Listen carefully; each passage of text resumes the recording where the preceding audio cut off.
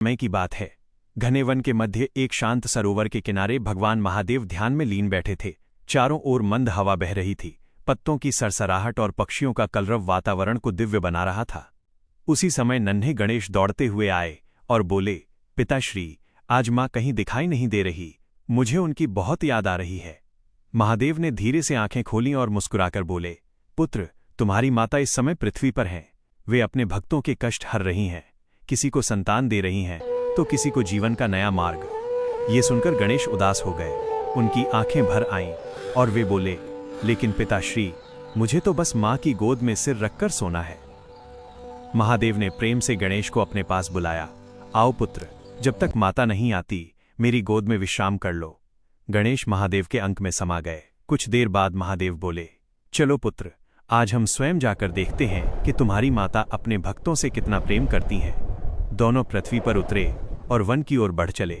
वहीं दूसरी ओर माता पार्वती अपने भक्तों को आशीर्वाद दे रही थी।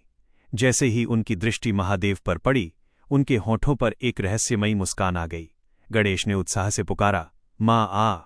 माता हंसते हुए बोलीं, हे स्वामी, आज यदि आप मुझे पाना चाहते हैं तो पहचान कर दिखाइए। इतना कहकर माता अचानक हजारों दिव्य शक्तियों में विभक्त हो गईं। चारों दिशाओं में समान तेज से चमकते असंख्य अस्त्र खड़े हो गए। गणेश घबराकर बोले, पिताश्री, इनमें से मेरी माँ कौन सी है? महादेव कुछ क्षण ध्यान में लीन हुए, फिर वे अचानक दिव्य नाद में बदल गए और स्वयं डमरू के रूप में प्रकट हो गए। जैसे ही डमरू की ध्वनि गूंजी, डम डम डम, पूरा वन कंपन करने लगा। उसी समय उन हजारों अस्त्रों में से एक धीरे धीरे झूमने लगा।